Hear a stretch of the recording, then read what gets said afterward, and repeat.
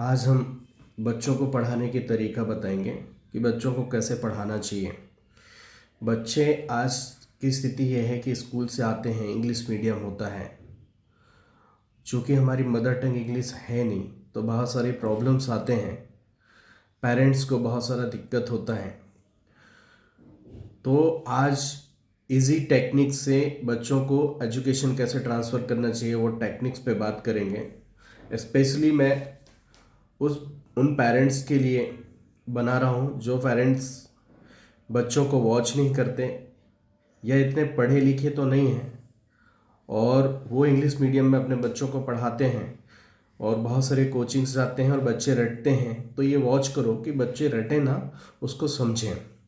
समझने के लिए एक बहुत सिंपल टेक्निक्स, बहुत ही ज़्यादा सिंपल टेक्निक्स बता देता हूँ अकॉर्डिंग टू माय एनालिसिस, और जो रियली मैंने अपने बच्चों को देखा है। बहुत सारा परेशान होते थे तो मैंने देखा वो चीज़, और मैं खुद भी टीचर रहा हूँ। और डेफिनेटली तो मैं आपको बताना चाहता हूँ कि आप कुछ मत करो, अपने बच्चों को, जैसे फॉर एग्जांपल सोशल स्टडी की बात करें या सोशल साइंस की बात करें, जिसे बोलते हैं सामाजिक विज्ञान बोलते हैं हिंदी में। अगर बच्चों को हिंदी में बहुत अच्छा नॉलेज दे दोगे तो इंग्लिश की वोकेबलरी रट ले वो, और बहुत इजीली उसकी डेफिनेशन लिख सकता है, उसकी कैरेक्टर लिख सकता है, उसका मेरिट्स डेमेरिट्स जो भी है, लाभ हानि, और ये सारी चीज़ें बहुत अच्छे लिख सकते हो। तो जैसे सोशल स्टडी के या सोशल साइंस के, सामाजिक विज्ञान जिसे कहते हैं, जिसके 4 पार्ट्स होते हैं या 4, वो उसको मैं बहुत अच्छे से आपको बताना चाहता हूँ।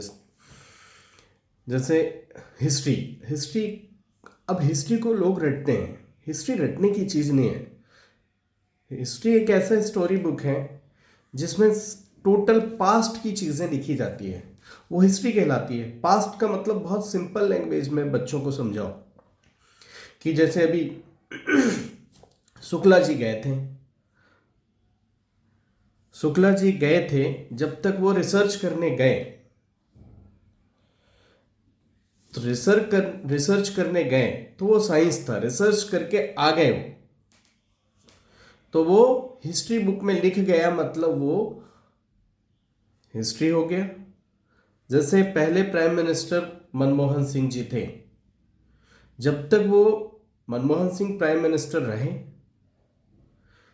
राइट, वो प्रेजेंट की बात थी। जो चीज़ पास्ट की बात हो जाए और जो स्टोरी बुक में लिखी जाए वो हिस्ट्री कहलाती है।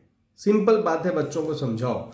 अब वो हिस्ट्री किसी भी चीज़ की हो सकती है, पीपल्स की हो सकती है, समाज की हो सकती है, ठीक है। स्टोरी बुक, सोशल, समाज और इंडस्ट्रीज, हर चीज़ का हिस्ट्री अलग अलग होगा। मगर पास्ट की चीज़ें, वो लड़ाई की हो सकती है, युद्ध की हो सकती है, आर्मी की हो सकती है। तो सिंपल सी बात है, जो पास्ट की बात करे, जो जिसमें आपको लिखना है, सीधी बात है, जिसमें आपको लिखना है वो हिस्ट्री कहलाएगी। जो पास्ट की चीज़ें लिखी जाती हैं वो हिस्ट्री कहलाती है। इतनी सी समझो कि history is the story book, और वो भी past story book. History is the past story book. अब पास्ट में आपके इंडस्ट्रियल हिस्ट्री हो सकता है, आपका सोशल हिस्ट्री हो सकता है, सिटीजनशिप हिस्ट्री हो सकता है, राइट, गवर्नमेंट हिस्ट्री हो सकता है, युद्ध की हिस्ट्री हो सकता है। ये जो पास्ट की चीज़ें लिखी जाए, जिसमें स्टोरी, पास्ट की स्टोरी लिखी जाए, समझो वो हिस्ट्री है। इतना बच्चों को आप समझाओ, रटवाओ मत। उसके बाद चलो सिविक्स एक रिस्पॉन्सिबिलिटीज और ड्यूटीज होती है, हमारे अधिकार और कर्तव्य होता है। बच्चों को ये बताओ भाई, सिविक्स में वो चीज़ें लिखी जाती है जो हमारे रिस्पॉन्सिबिलिटी और ड्यूटीज जो गवर्नमेंट तय करती है कि हमें इंडिया में कैसे रहना है। वर्ल्ड रिस्पॉन्सिबिलिटीज ड्यूटीज की बात करोगे तो बच्चे अभी टेंशन में आ जाएंगे। भाई सिंपल सी बात है, जो हमारी रिस्पॉन्सिबिलिटी और ड्यूटीज जो तय करती है हमारा, ठीक है, गवर्नमेंट जो रिस्पॉन्सिबिलिटी और ड्यूटीज तय करती है कि सिटीजनशिप के लिए, कि हमारे क्या क्या अधिकार हैं, क्या क्या कर्तव्य है, और हमें किस तरह से रहना चाहिए, क्या हमारे लिए अच्छा है, क्या हमारे लिए बुरा है, ये सारी चीज़ें जो तय होता है वो सिविक्स कहलाता है, जिसे बोलते हैं नागरिक शास्त्र। मतलब नागरिक को भारत देश में कैसे रहना है, वो जो गवर्नमेंट संविधान के अनुसार डॉक्टर भीमराव अंबेडकर जी ने जो तय किया है उसके बारे में लिखा है। गवर्नमेंट की सारी चीज़ें लिखी हैं कि गवर्नमेंट में सरकार कैसे बनता है, राइट, हमें कैसे रहना चाहिए, देश कैसे चलेगा, ये सारी चीज़ें जो लिखी होती हैं ना, वो नागरिक शास्त्र कहलाता है, वो समाज शास्त्र नागरिक शास्त्र कहलाता है, जिसे सिटीजनशिप कि भारत में हर सिटीजन्स को कैसे रहना है, हर व्यक्ति को कैसे रहना है, इन सारी बातों का उल्लेख हो कि भारत सरकार में सरकार कैसे बनती है, सरकार कैसे चलती है, ये सारी चीज़ें जो चले वो नागरिक शास्त्र कहलाता है, राइट।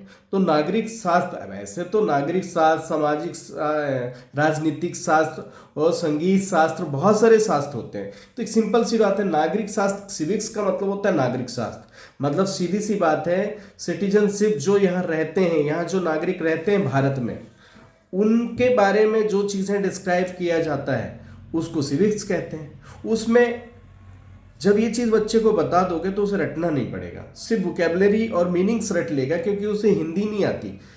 हिंदी आती है बट इंग्लिश नहीं आती, मदर टंग उसकी हिंदी है, अब इंग्लिश में आपने डाल दिया है, तो सिंपल सी बात है, हिंदी उसे बताओ और इंग्लिश की वोकेबलरी वो रट लेगा।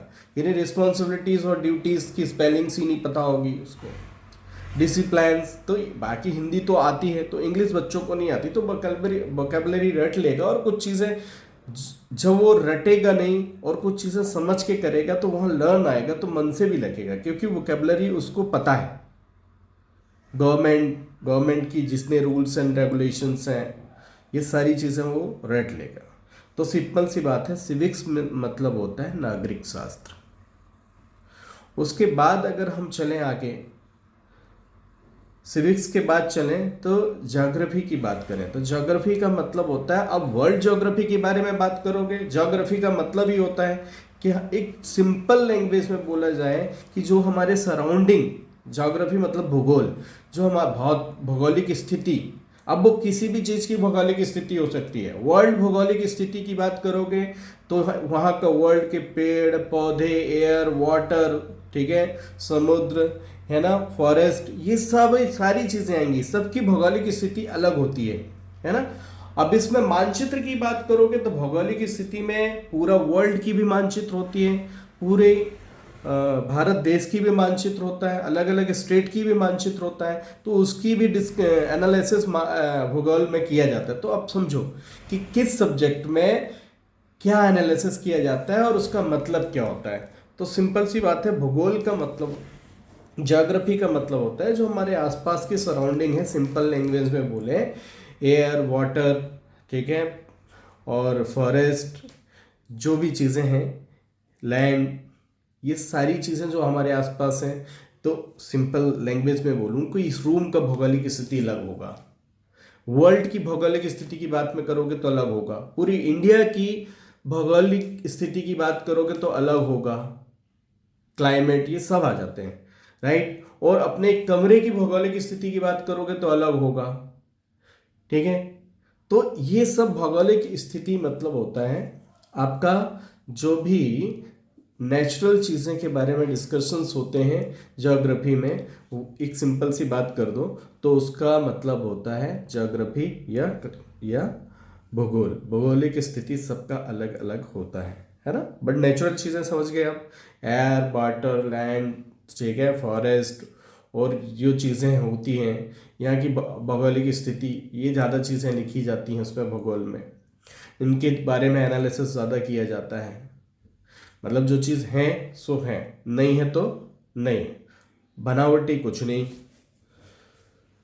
राइट। जैसे एमपी स्टेट का अगर मानचित्र है तो उसके बारे में स्टडी करेगा, उसको भूगोल कहते हैं। भूगोल में भी मानचित्र स्टडी होता है, पूरे देश की भौगोलिक स्थिति, उसका ग्लोबल, उसका जो स्टडी करोगे अलग होगा, पूरे वर्ल्ड की मानचित्र की करोगे तो अलग है।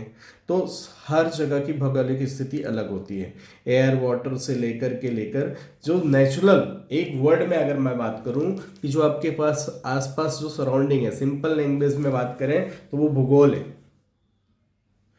अब एक सिंपल लैंग्वेज है कि अपने सराउंडिंग क्या क्या है, एयर होता है, वाटर होता है, क्लाइमेट होता है, ठीक है, फॉरेस्ट होते हैं, सब होते हैं, राइट। आप एक रूम में बैठे हो, एक रूम की भौगोलिक स्थिति अलग है, भारत देश की भौगोलिक स्थिति अलग है, एमपी स्टेट की भौगोलिक स्थिति अलग है, पूरे वर्ल्ड की भौगोलिक स्थिति अलग है। बट आप समझो व्हाट इज द ज्योग्राफी, पहले उसके मतलब समझो। व्हाट इज द हिस्ट्री, उसको समझो। व्हाट इज द सिविक्स, उसको समझो।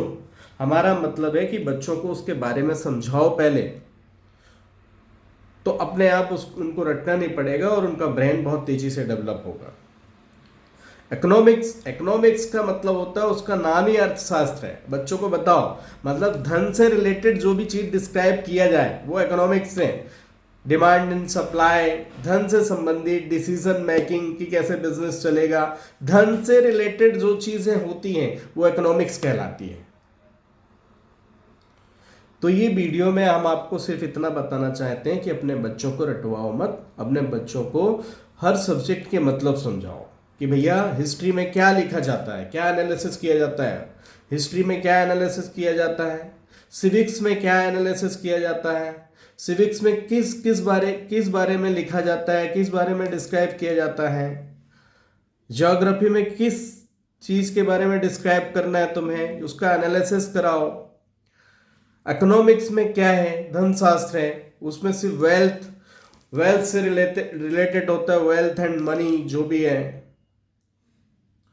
गुड्स, जो बिजनेस से रिलेटेड, धन से रिलेटेड जो ट्रांजेक्शन्स होते हैं वो सारे के सारे ट्रांजेक्शन डिस्क्राइब किए जाते हैं। वो होता है धन शास्त्र, मतलब अर्थशास्त्र, मतलब धन से रिलेटेड जो भी वर्क लिखोगे तो अर्थशास्त्र में गलत नहीं होगा।